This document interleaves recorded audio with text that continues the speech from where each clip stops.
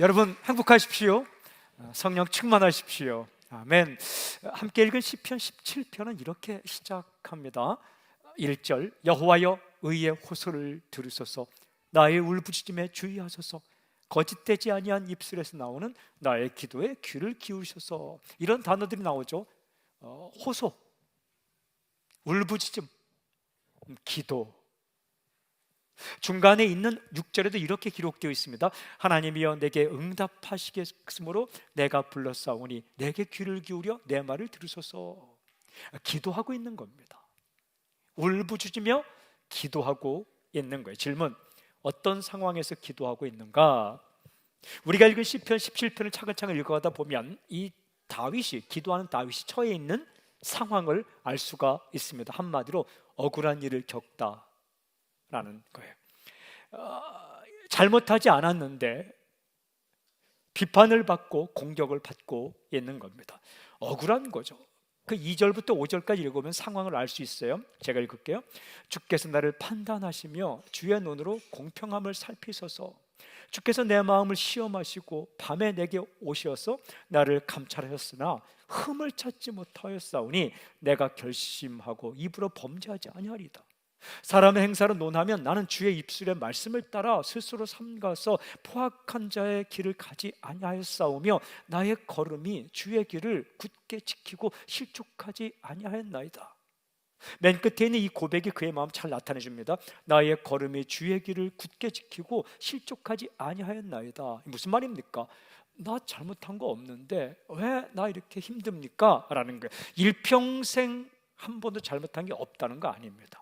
어떤 특정한 사안에 대해서 나 그렇게 하지 않았는데 왜 사람들이 나에게 이렇게 대합니까? 라는 말입니다. 살다 보면 그럴 때가 있죠. 그 특정한 사안은 내가 잘못한 게 아닌데 왜 자꾸 나한테 그래? 라는 마음이 들 때가 있죠.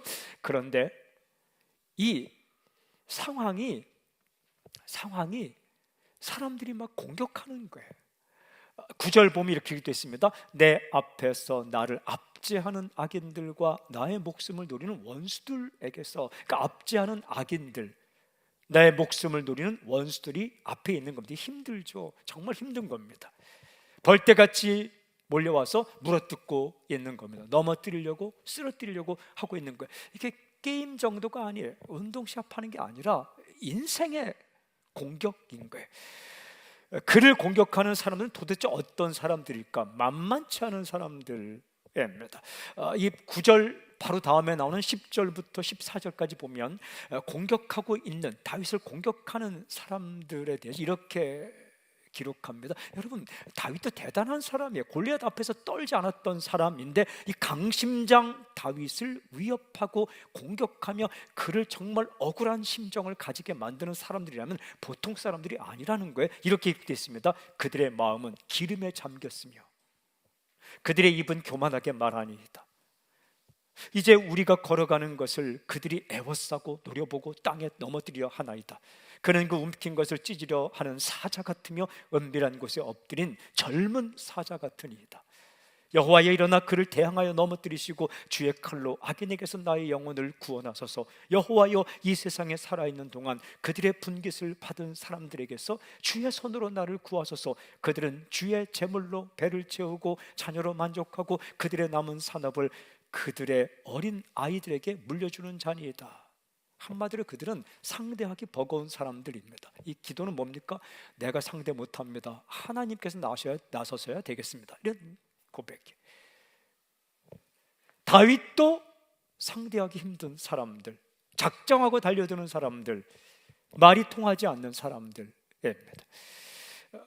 마음이 기름에 잠겼다라는 것은요, 세상적으로 가진 게 많아서 교만하다, 마음에 기름이 꽉 차 있어서 그런 마음, 교만한 마음 가질 정도로 세상적으로 가진 게 많다라는 겁니다. 애워싸서 노려보고 땅에 넘어뜨리려 한다는 것은 공격적이라는 거예요.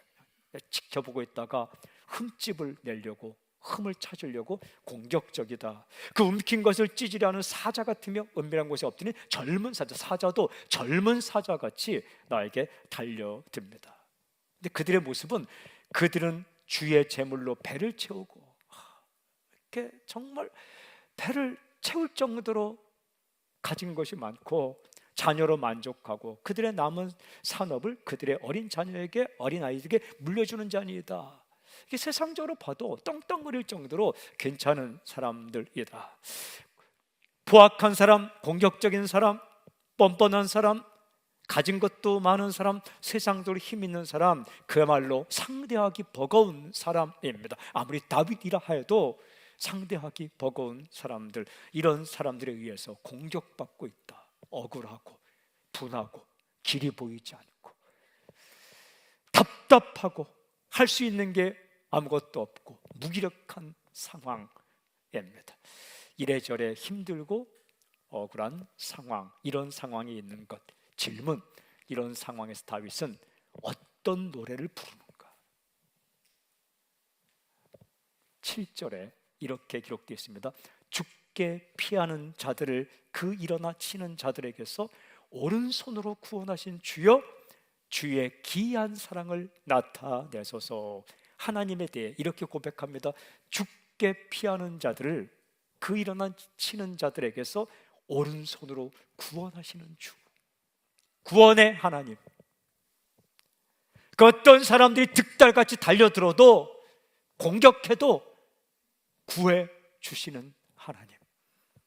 주님께 피하면 내치지 않고 구해 주시는 하나님, 좋으신 하나님. 이 구원의 하나님께 엎드렸어요. 주님의 능력 가운데 가장 큰 능력은 구해 주시는 능력입니다. 이렇게 간구합니다. 주의 기이한 사랑을 나타내소서. 이게 다윗의 노래입니다. 주의 기이한 사랑을 나타내소서. 주님의 사랑을 간절히 구합니다. 사랑은 헤세드입니다. 자격 없는 자에게 베푸시는 그냥 하나님의 은혜의 사랑, 그걸 구하고 있는 거예요. 주의 헤세드를 나에게 나타냈어. 이 말은 나는 자격이 없습니다. 내가 막 그 일은 잘못한 거 없지만 하나님 앞에 설 때 완전한 자격이 없습니다. 부족함 투성이입니다. 하지만 자격 없는 자에게도 베푸시는 주님의 헤세드, 그 사랑을 내게 나타내 주십시오. 여기 기이한 사랑, 기이하다라는 것은 놀라운, 기적 같은, 인간의 상상을 뛰어넘는, 방법이 없는 것 같은데 생각지도 못하는 방법으로 베푸시는 이런 의미입니다. 불가능한 것처럼 보였는데 일어나는 기이한, 아무리 찾아봐도 방법이 없는데 기가 막힌 방법으로 나를 구해주시는 그런 기이한 주님의 헤세드, 사랑을 내게 나타내 주십시오. 내 삶에 나타내 주십시오. 이렇게 노래하고 있습니다. 기도하고 있습니다. 이 주의 기이한 사랑을 나타내소서, 이 노래가 아주 깊숙하게 저에게 들어왔습니다. 그래서 제가 설교 제목으로 정했습니다. 계속해서 제가 이 노래를 일주일 동안 불렀습니다. 주의 기이한 사랑을 나타내소서. 주의 놀라운 사랑, 인간의 상상을 뛰어넘는 사랑, 그 사랑을 내게 나타내소서. 이렇게 계속 반복해서 노래 부르는데 이런 생각이 들었어요. 그래, 주님의 사랑은 기이한 사랑이다. 놀라운 사랑이다. 자격 없는 나를 그저 그냥 위에서 베푸시는 놀라운 사랑, 인간의 상상을 뛰어넘는 사랑이다. 길이 없는데도 길을 만들고, 방법이 없는 것 같은데도 방법을 생각해내시고, 가능성이 보이지 않는데도 가능하게 만드시는 그 사랑, 그 사랑이 내게 나타나기만 하면, 우리 가정에 나타나기만 하면 내가 살 수 있는 거구나 라는 확신이 생겼습니다. 제가 그렇게 기도하고 확신하면 이 노래를 반복하고 있는데, 이 출애굽기에 기록된 하나님의 기이한 사랑이 생각나게 되었어요. 구원 이야기입니다. 이스라엘 백성들이 모세와 함께 애굽에서 나왔을 때입니다. 천신만고 끝에 하나님의 은혜로 430년 만에 그 강팍한 마음에, 바로의 마음을 움직여서 이제 애굽에서 나왔는데, 애굽 왕 바로의 마음이 변한 겁니다. 그냥 풀어졌던 애굽 왕 바로의 마음이 변했어요. 신하들의 마음도 변했어요. 그래서 군대를 동원하여, 병거를 동원하여 그 당시 세계 최고의 군대, 애굽 군대가 이스라엘 백성을 잡으려고 달려오고 있는 위기 상황입니다. 이렇게 기록되어 있어요. 출애굽기 14장 9절. 그 군대가 그들의 뒤를 따라 해변 그들이 장막 지친 데에 미치니라. 진퇴양난입니다. 해변 뒤에는 그 당시 세계 최강 애굽 군대, 그때 병거, 그리고 앞에는 홍해 바다. 앞으로 나아가면 바다에 빠져 죽는 겁니다. 뒤로 물러가면 애굽 군대의 밥이 되는 겁니다. 꼼짝없이 죽게 되었습니다. 살 길이 보이지 않는 거예요. 이 상황 가운데 여러분, 백성들이 어떻게 하는가? 출애굽기 14장 10절. 이스라엘 자손이 힘이 두려워하여 여호와께 부르짖고, 여호와께 부르짖고 하나님께 부르짖었습니다. 살 길이 보이지 않지만 하나님께 부르짖는 거예요.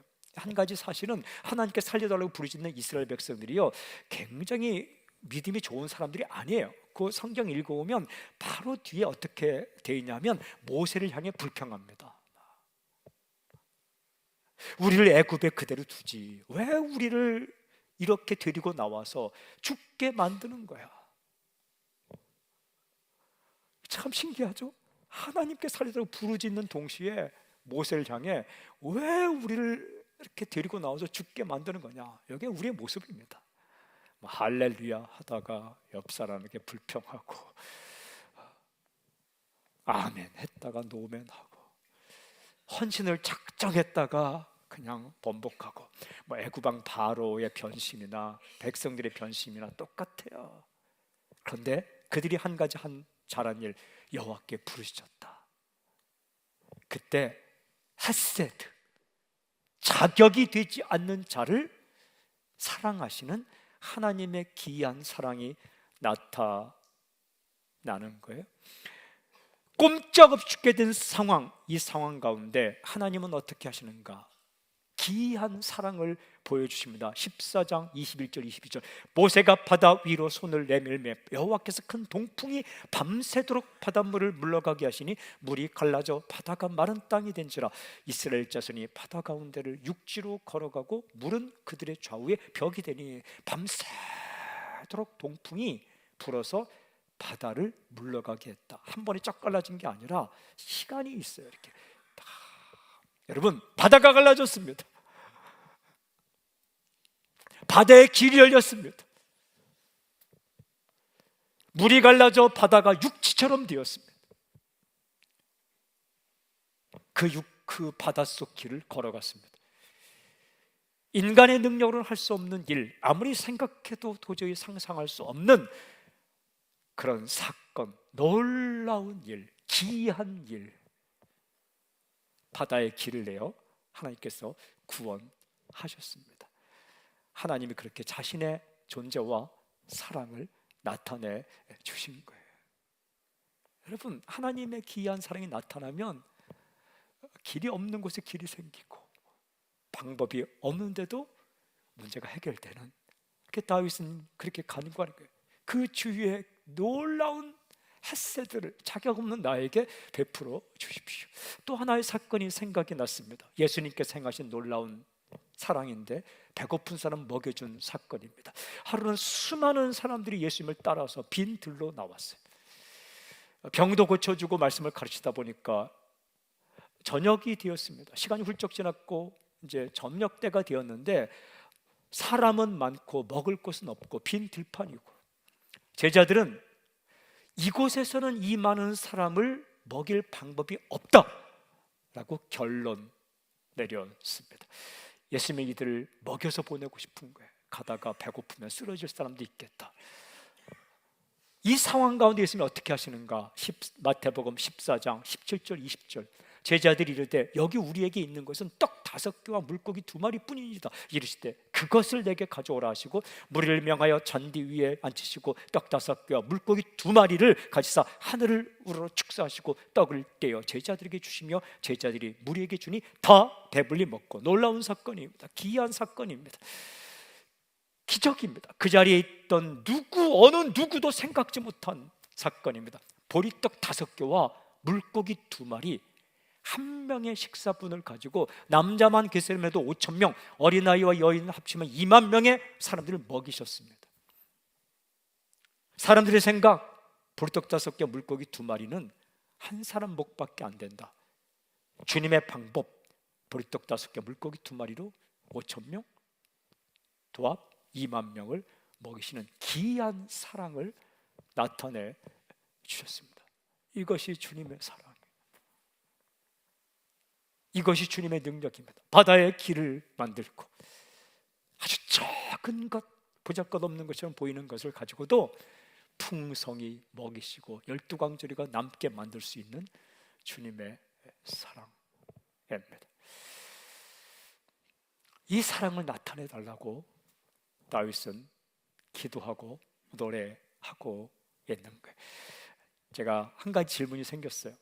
그 주님의 기이한 사랑이 나에게 나타나면, 그 주님의 놀라운 사랑이 나에게 나타나면, 바다를 가르고 정말 방법이 없는 곳에 나를 먹이시는 주님의 은혜의 사랑이 나에게 나타나면 도대체 나에게는 어떤 변화가 일어날까? 이 질문을 가지고 다시 시편 17편 읽어보니까 그렇게 기도하고 주님의 기이한 사랑을 간구하고 경험한 다윗이 자신에게 일어난 변화 3가지를 이렇게 노래하더라고요. 첫째는 원수들에게서 벗어나다. 할렐루야. 이 주님의 기이한 사랑이 나타나면 원수들에게서 벗어나는 거예요. 실제적인 사건입니다. 8절 9절 나를 눈동자같이 지키시고 주의 날개 그늘 아래에 감추사 내 앞에서 나를 압제하는 악인들과 나의 목숨을 노리는 원수들에게서 벗어나게 하소서. 주님이 나를 눈동자같이 지킨다는 사실을 깨닫게 됩니다. 지키고 계셨구나. 그래서 원수들의 압제에서 나를 벗어나게 하시는구나. 사람의 몸 가운데 가장 예민한 부분이 눈동자입니다. 아주 조금만 흠집이 나도 큰일 납니다. 그리고 먼지 하나만 들어가도 정말 이거 곤란합니다. 그래서 눈동자를 그 어떤 것도 공격하지 못하도록 이 몸 전체가 이 눈동자를 지킵니다. 먼지가 이렇게 오면 1차 방어는 손이 합니다.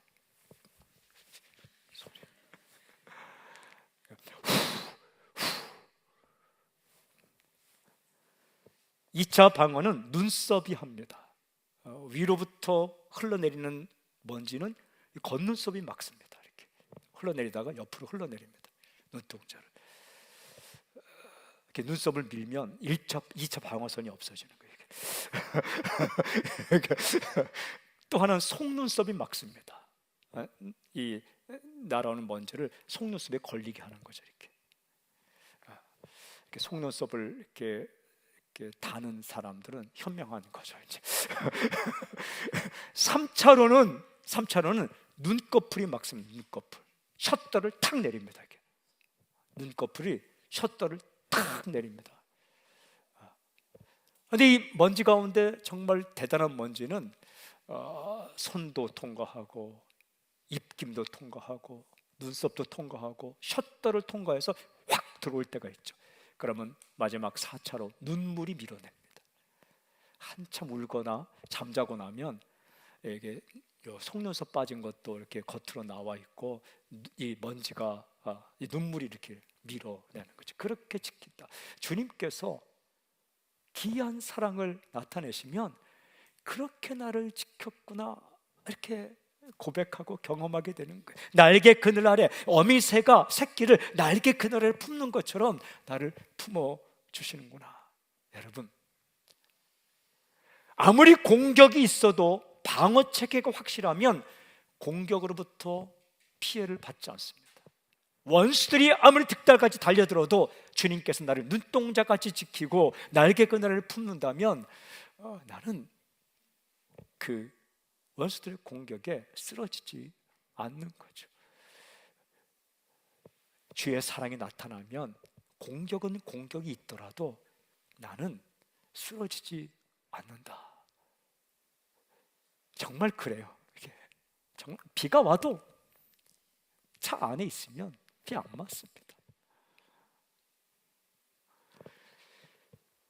원수들에게서 벗어나는, 그들의 공격에 피해를 받지 않는 주님의 사랑이 내게 흘러넘치면 원수들의 공격이 있어도 넉넉히 견딜 수 있는. 두 번째는 의로운 길을 계속 가다. 이렇게 노래합니다. 나는 의로운 중에 주의 얼굴을 배우리니. 얼굴을 보다라는 것은 은총을 입는다는 거예요. 의로운 길은 바른 길이죠. 나는 올바른 길을 가는 중에 주님의 얼굴을 뵙겠습니다. 죄 짓다가 얼굴 보는 게 아니라 올바른 길을 가다가 주님의 얼굴을 뵙겠습니다. 이건 주님의 귀한 사랑을 체험한 사람이 결단하게 되는 거예요. 주님의 놀라운 사랑을 체험하게 되면 주님께서 기뻐하는 길을 가고 싶다.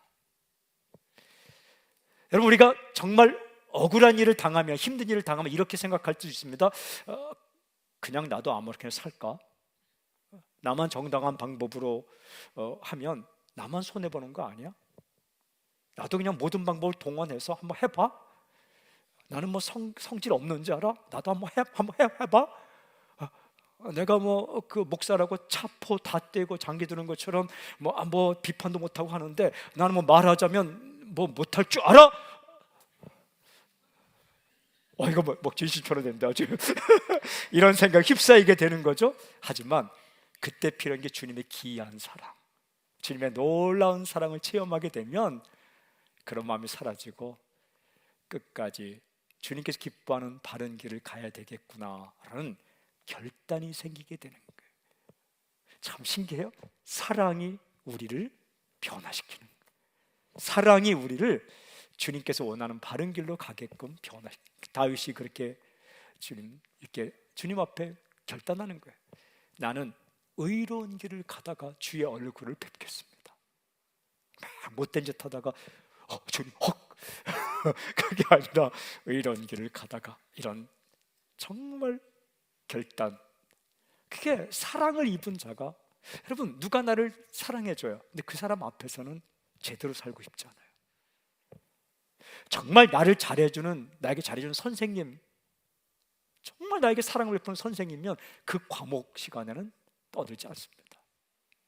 제가 생각나는 게 있는데, 교육전수할 때 그 버스를 타고 동네 갈 때 저 아이들이 딱 보이면은 이름을 다 불러요. 이름은 이리와. 애들이 오면 이렇게 그때 작은 슈퍼죠. 그 마을에 중랑구 중화동 골라 하면 그 아이들이 뭐 하나 큰 거 안 고릅니다. 아이들은 하면 제가 탁 내면서 그 사줬어요. 그러면 그 아이는 절대로 주일 예배 때 떠들지 않습니다. 절대 제가 앞에 서는 순간 딱 조용합니다. 왜냐하면 사랑을 받았다. 사랑을 받았다. 사랑해준 사랑 앞에서는 제대로 살고 싶다. 다 나를 부인하는데 어떤 한 사람이 나의 이야기를 들어주고 나에게 사랑을 베풀었다. 정말 그 사람 앞에서만은 제대로 살고 싶은 것. 하나님의 귀한 사랑을 받게 되면 의로운 중에 올바른 길을 가다가 주의 얼굴을 뵙고 싶다. 이런 결단을 하게 되는 변화가 일어나죠. 마지막 세 번째가 주님으로 만족하다. 이 주님으로 만족하는 거. 마지막 15절 끝부분, 깰 때에 주의 형상으로 만족하리이다. 만족함. 억울한 일 당하면 금세 불평 나옵니다. 마음에 안 드는 일 하면 금세 불평합니다. 하지만 괜히 화가 나고 마음이 부글부글 끓고, 하지만 이런 상황 가운데 주님의 귀한 사랑을 경험하게 되면 만족함을 알게 됩니다. 무엇으로 만족하는가? 주님, 주의 형상으로라는 것은 주님으로 만족합니다. 주님이 나와 함께하고 주님이 나의 곁에 계시고, 그러면 내가 모든 것 다 받아들일 수 있습니다.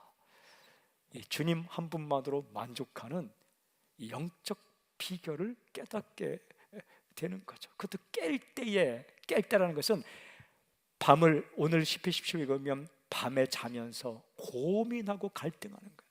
잠도 설치며 잠깐 들었는데 깰 때에 깨고 나니까 주님이 나를 이렇게 살려주셨구나, 원수들에게 나를 이렇게 건져주셨구나, 주님의 귀한 사랑으로 경험한 그는 주님 한 분만으로 만족합니다. 이 만족이란 이 경험, 여러분, 만족한 경험은 행복한 경험이에요. 배고플 때 밥을 잔뜩 먹고 그런 것처럼 이렇게 만족한 경험. 여러분, 우리의 마음을 그 무엇도 채울 수 없습니다. 물질이 다 채우는 거예요? 그렇지 않습니다. 주님의 사랑이 이 마음 가운데 풍성히 임하고 주의 귀한 사랑을 오늘도 경험하면 이 마음 가운데 만족함이 생기는 거예요. 원수들의 공격이 있지만 벗어나게 되고, 그리고 주님께서 기뻐하는 길을 가고 싶다는 의로운 길을 결단하며, 그리고 세상 그 무엇도 누릴 수 없는 만족함, 그게 주의 귀한 사랑을 경험한 사람의 특징입니다. 사랑하는 여러분, 오늘 이 힘들고 억울한 상황에서 드리는 바로 이 노래, 주의 귀한 사랑을 나타내소서, 이 노래가 당신의 노래가 되길 저는 선포합니다. 주의 귀한 사랑을 경험한 이 다윗의 경험이 당신의 인생 경험이 되기를 저는 선포합니다. 그리고 내가 사랑하는 가족들, 내가 사랑하는 사람들을 위한 오늘 기도, 주의 귀한 사랑을 나타내서 이 기도가 오늘 당신의 기도, 우리의 기도가 되길 저는 선포합니다.